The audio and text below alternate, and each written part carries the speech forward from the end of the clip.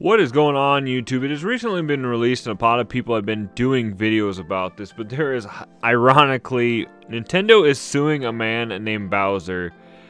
Gary Bowser to be exact, but it's how ironic is that, guys? So we're gonna turn around, let's jump on over to this article so we could talk more about it. Hey, listen! So like I just said, Bowser was recently released from prison and still has to pay Nintendo $10 million. Hack seller Gary Bowser says Nintendo can take 25% of his monthly income. So here's the story in the article right here, and like I said, it's very ironic that it's Bowser's, and they even put Bowser's Fury down here. But a man was sentenced to 3 years in prison for his role in the Nintendo Switch hack selling scheme that had been released early. But he says he will have to pay Nintendo a portion of whatever income he makes every month for a very long time as part of the $10 million settlement with the company. In a podcast interview, Gary Bowser, 53, said he was let out of federal prison in Seattle earlier this year because of his age, medical condition, and nationality. He is Canadian, I guess. He will soon return to the Toronto area, but Bowser noted that his plea agreement calls for him to pay Nintendo $10 million in restitution. Wow, that is insane. So, yeah, the 25 to 30% of the monthly income. So it was originally, Bowser was arrested in the Dominican Republic in October of 2020. And he was one of 3 members of Team Executor, which developed and sold devices to hack video game consoles, among them the Nintendo Switch. Now, he pleaded guilty to the federal crime charges in November of 2021. And in that plea, he admitted to selling tools that could hack Nintendo Switches with his customers to get Switch games for free. Now, in December of 2021, he agreed to pay Nintendo the $10 million to settle the lawsuit Nintendo had brought on him. And Bowser's criminal sentence had also called for a $4.5 million fine. But since he was returning to Canada, he said he's unlikely to have to pay that. So on top of all this, he was supposed to pay about $7.5 million. It's also unlikely that Nintendo will ever see its full amount. So far, Bowser said he's paid Nintendo $175 from the money he earned working in the prison's library and kitchen. He also has health issues that limit his mobility.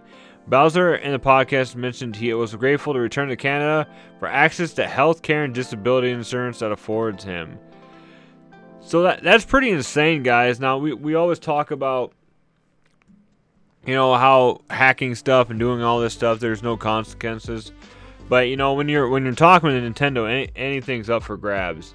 They obviously are not afraid to go after people. We saw that back in the day with rental places and stuff like that, and people trying to make third-party Nintendo games, Tengen and all of them. That they are not afraid to try to sue you. I know that at one point there was a big controversy with a lot of the mom and pop stores that were buying games and running them out, and Nintendo was coming after them. Now, I don't know the original story on this, and I was going to just Google search it and see if we can... Oh, and then I misspelled it. So they have a lot of the...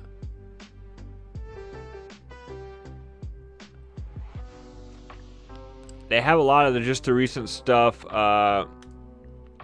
released, you know, talking about him being released from prison. There's no actual, like, I wanted to see what exactly the hack software he was having. Yeah, and this is really what it is. Oh yeah, this is 100% let this be a warning to you others to not do this. It still says he pays out $10 million, technically not for life, but basically for all his life. Yeah, but he's 53. He just needs to win the Powerball or something. So a lot of these comments are just talking about that. So I said $7.5 million, but was that actually... Did I misread a number somewhere?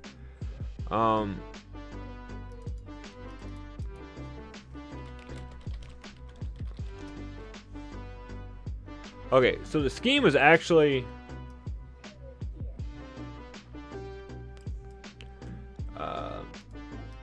let's see.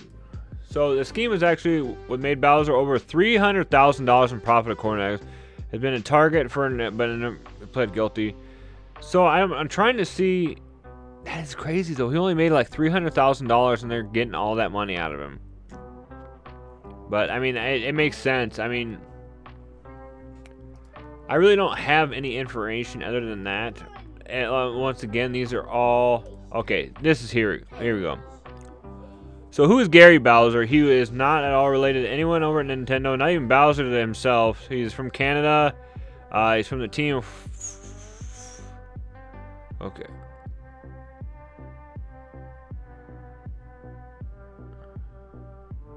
Okay, this is the big. What did he do against Nintendo? Quite possibly one of the biggest news in the world of video gaming. Nintendo was relentless in suing Gary Bowser, as well as other individuals involved. Aside from Bowser, Max, Lauren, Unichi were caught by law enforcement agencies.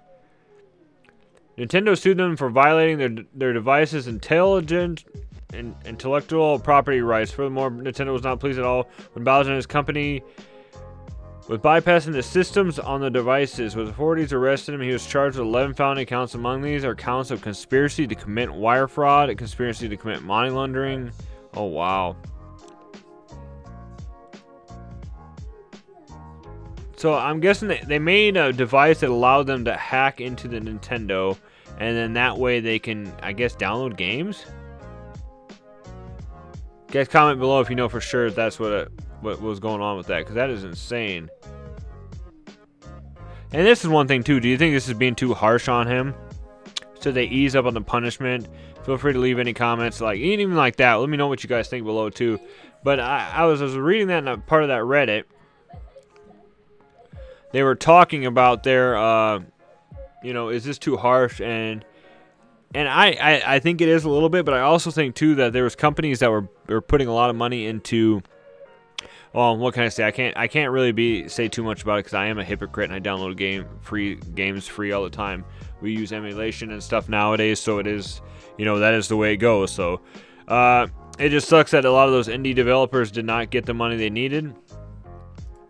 If people were able to download the games, you know, themselves, then obviously they're not gonna make any money out of it. But that was just something I feel my subscribers wanted me to show this. So obviously everybody's putting videos up for this now, so it's going all over the place.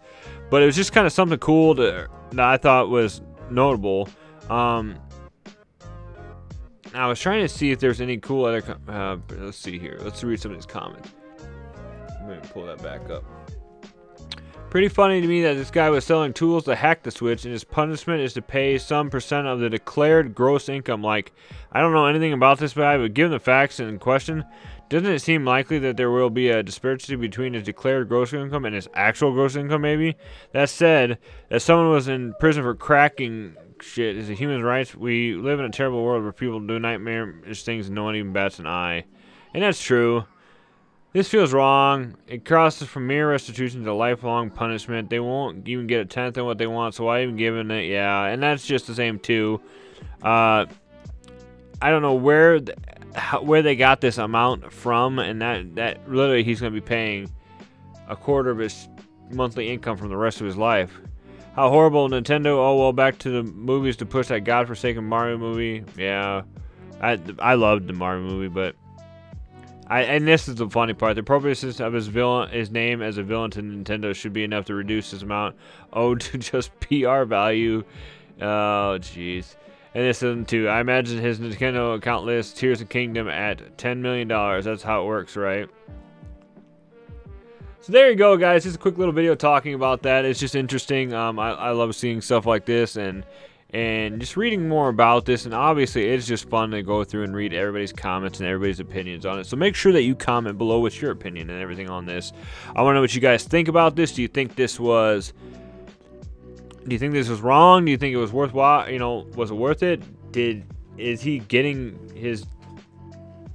justice due to him? Is Nintendo just being pricks about this or what? I want to know what you guys think. So make sure you comment below. And I hope to hear from you guys, and I hope you enjoy this video, and I hope you guys are enjoying your vegan, what is this, like a vegan weekend? But I appreciate all you guys watching, and yeah, we'll talk to you guys later. As always, stay retro, my friends. We'll see you in the next video.